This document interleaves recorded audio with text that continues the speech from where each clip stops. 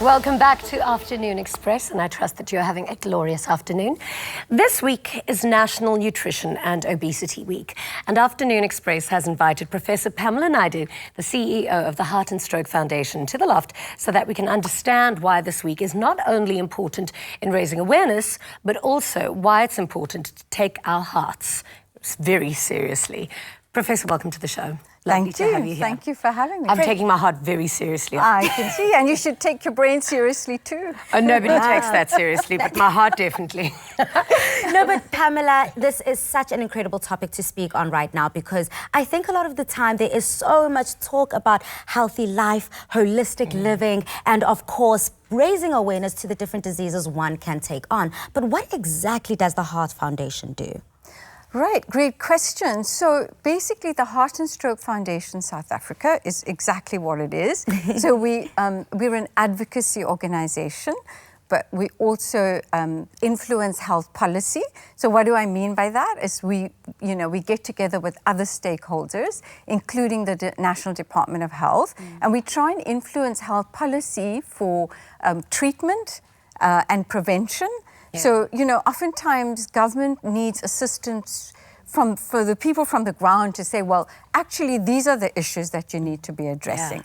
Yeah. Access to essential medication and so on and so forth. Over and above that, we also have a really great nutrition science department. So we we have the Heartmark program, which is the endorsement that you would see on certain food products. Yeah. So it goes through a whole regulatory framework. So, people don't just buy the logo. Yeah. They go I was going to ask, how legitimate is it? Yeah. Because a lot of people do say, don't trust this. It's just something that was plastered on. Yeah. So no, we can't actually put the logo on if government doesn't allow us to, number one. But number two, it also follows the trends of national and international dietary guidelines. Okay. So, yeah. Is it true that obesity is a greater problem than world starvation at the moment? Very interesting question. I would not say that it's a greater problem, but I would say if you just take South Africa as an example, let's just use South Africa as a case example. Obesity is a problem, and it's a sad thing, but it's particularly amongst women. So you've got almost 60% of women in the country who are overweight and obese. But now note that when you're overweight, it doesn't mean you kind of like have all the nutrients that but you're eating too much. Yeah. Actually, you might be undernourished. Okay. And so that's a problem. And then what is the link between obesity and, of course, heart disease? Right. So it's direct and indirect. So let's just first take the indirect kind of view of it. So if you overweight or obese, the chances of having diabetes type 2 it increases, so the risk increases.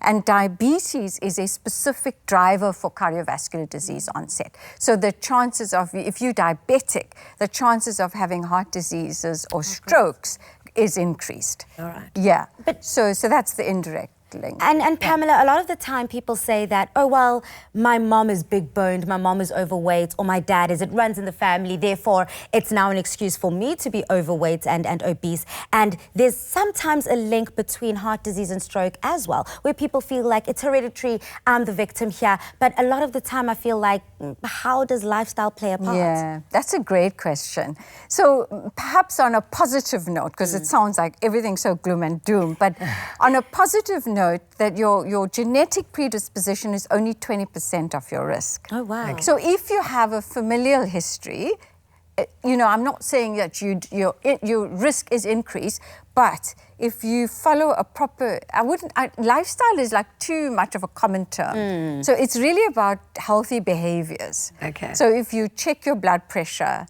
if you tobacco smoking is a complete no-no because it kills you. Yeah. It blocks your arteries. It causes you to have a stroke. It's horrible. Yeah. Tobacco smoking. Yeah. So that's out. Excessive alcohol use, leads to abuse. So that's also not good. But then you need to also check your cholesterol levels, for example. Now, if your risk profile is increased, then you should be exercising more, and that's not an expensive outfit to the gym.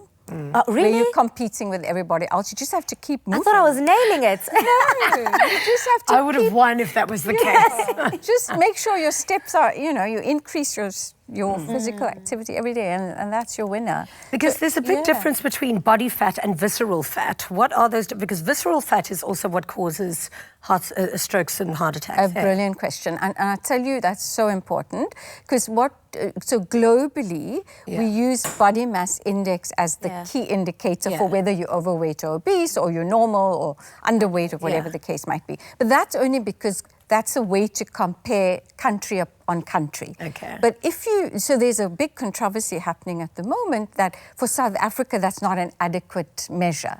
So we look at height-waist ratio, belly fat, all of that stuff. And then there's a particular way to calculate it. And so you really should not be having too much weight around because your belly fat increases your risk for heart disease and strokes as well. Ouch. Yeah, because it causes the heart to work a bit harder, right? Yeah. So that's the thing. Yeah. So what are tips that people can take to make sure that, or if you think that you are having a stroke, what can you do? Yes. So you would know it. So the thing about it is the people around you need to be aware. Yeah. So it's very simple. We have an acronym FAST. So F is for face. So usually your stroke is one-sided, right? It's either the right or the left. So if you find that somebody's face is drooping, like half the face is literally drooping, so then you have to suspect. The arms, so if you pick somebody's arm up and it sort of voluntarily flops down, so that's your arms. And then your speech, if it's slurred. And then the T is for being timeous. So if you're around someone who you suspect, this person might be having a stroke, the key is to get that person to the hospital, emergency care, as quickly as possible. And you can actually reverse the damage, or you can minimize the damage. That's good to know. The longer the time... And that's such a brilliant point to end off on, because you have to act fast. Absolutely. Exactly. Thank you so much. Thank you so much, Doctor, for coming through. Thank you so much, It's my Pamela. pleasure. We've learned so much, and I think that every viewer at home out there is definitely more aware of what they should look out for. Now make sure you stay tuned, because after the break, we make a nutritious bone marrow and no recipe with Chef Putzeletso. See you after the break.